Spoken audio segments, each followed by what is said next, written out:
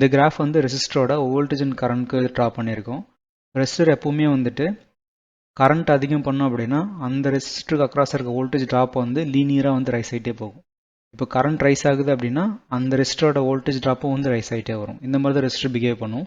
ஆனால் எல்இடியில் வந்துட்டு forward voltage அப்படின்னு சொல்லி ஒரு இருக்கிறதுனால எக்ஸாக்டாக ரெசிஸ்டர் மாதிரி இது ஒர்க் ஆகாது.